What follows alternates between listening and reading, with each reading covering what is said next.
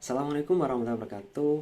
Perkenalkan, nama saya Safir Hasan Asdik, NIM 19446068 PT 08322 dari Fakultas Peternakan Universitas Gadjah Mada. Izinkan saya pada kesempatan kali ini untuk menyampaikan review materi terkait titik kritis kehalalan produk keju. Sebelumnya, keju merupakan salah satu produk berupa padatan dan juga memiliki karakteristik rasa yang asam, di mana keju diproduksi dengan bahan baku susu yang ditambahkan rennet untuk penggumpalan kasein susu atau proses koagulasi. Di mana pada tahapan pembuatan keju dimulai dari proses persiapan susu berupa pemasakan, kemudian koagulasi, pengepresan, pemisahan, dan penanganan curd serta pemeraman.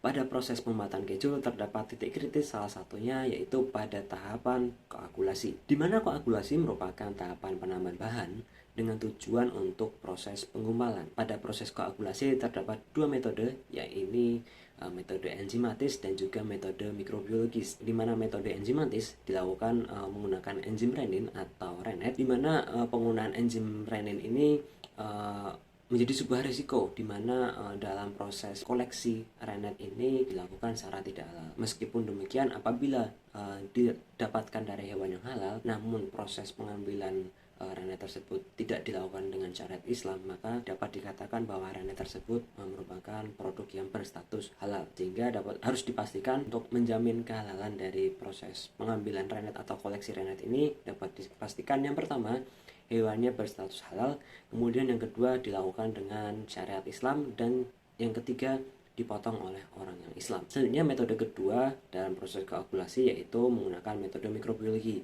di mana metode mikrobiologi yang biasa digunakan yaitu menggunakan bakteri asam laktat atau BAL. Resiko yang terdapat dalam penggunaan metode ini adalah media yang digunakan untuk penumbuhan BAL itu tidak halal, dimana biasanya untuk media penumbuhan BAL ini menggunakan ekstrak hammer atau yeast extract, dimana ekstrak hammer ini bisa beresiko berasal dari hasil samping pengolahan bir, dimana sejatinya bir itu merupakan produk minuman yang haram, sehingga apabila kita gunakan dalam proses pembuatan makanan atau minuman ataupun yang lainnya, itu dapat dipastikan bahwa produk tersebut yang kita hasilkan itu produk haram, bukan halal. Selanjutnya, menurut Insinyur Muti Arintawati MSI yang merupakan Direktur Utama LP POM MUI, menyampaikan bahwa enzim rennet yang dipakai itu bisa berasal dari proses mikrobial atau juga dari lambung anak sapi.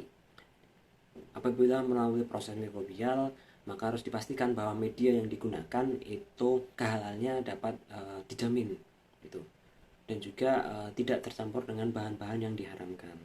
Selanjutnya, apabila menggunakan rennet yang berasal dari lambung anak sapi, sehingga harus kita pastikan bahwa cara penyembelihan dan cara koleksi tersebut sesuai dengan syariat Islam, sehingga dapat menjadi penjamin terkait kehalalan dari rennet yang kita gunakan.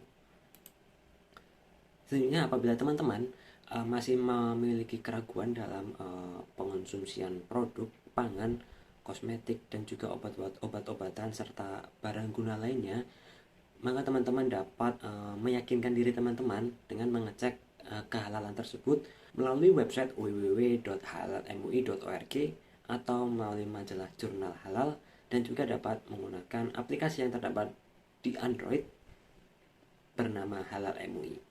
Dan juga dapat dipastikan bahwa teman-teman ketika mengonsumsi produk tersebut atau menggunakan produk tersebut, kemasan produk yang kita gunakan atau kita konsumsi itu tidak rusak, tidak bocor, dan tidak menunjukkan kecacatan, sehingga dapat kita pastikan bahwa produk yang kita konsumsi atau kita gunakan itu halal dan juga aman atau thayyib.